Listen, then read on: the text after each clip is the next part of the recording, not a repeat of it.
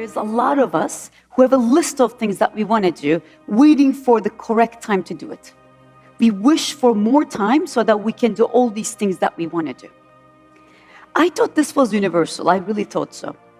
Until a few years back, I went back home having lunch with my best friend.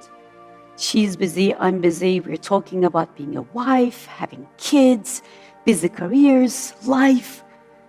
And then I realized I'm complaining, but she's telling me other stuff. She's telling me that she started a new Pilates routine, she discovered new restaurants in Istanbul, she's enjoying her life in a way that I'm not. I found myself saying, wow, only if I had the time, I would do all those things. Then it dawned on me, why don't I have the time? Why am I not doing those things? Why are people doing this? There's this intuition that we will get done with the work and then get to the leisure. Only if I can finish my chores, then I can relax. Except that the chores and the errands and the work never end and the leisure never comes. Right? This is another way in which when we are thinking about our time as a maximally used resource, we are actually shooting ourselves in the foot. We are doing something that we are not intending to do. Now, you might be saying, that's all good, but actually, I have things that I want to do and I do them sometimes. And I'm going to ask you, but how? Most of you would probably say that you schedule those things, right? I want to make sure that I get to see my friend or I'll get to watch that movie, so I'll go and schedule it a priori. This is the way to make sure that I'm going to get it done. That's what the time management gurus tell us. Which is, again, also fine, but in the US, we tend to overschedule. We schedule things we shouldn't be scheduling most of the time. And I got into that habit as well, but this got us into trouble when we went to Turkey traveling with my husband a few years back.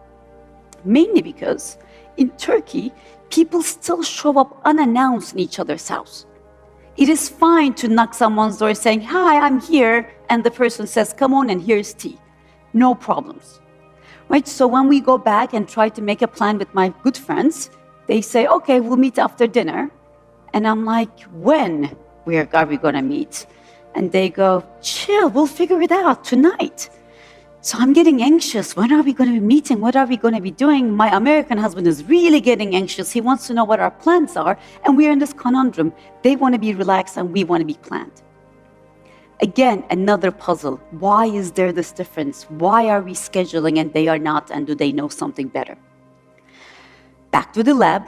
But in this case, we are actually going to Shakespeare in the Park. This is like summer event where you can actually sit outside and watch some Shakespeare. We asked these playgoers whether they scheduled being there. We asked them whether they had plans more than a few hours in advance that they made, or was this more like a last-minute thing? And then we asked them what kind of adjectives they would associate this event with, Shakespeare in the Park. We found that those who planned it thought that this felt like work, it was effortful, and it felt like a chore. Think about that for a second.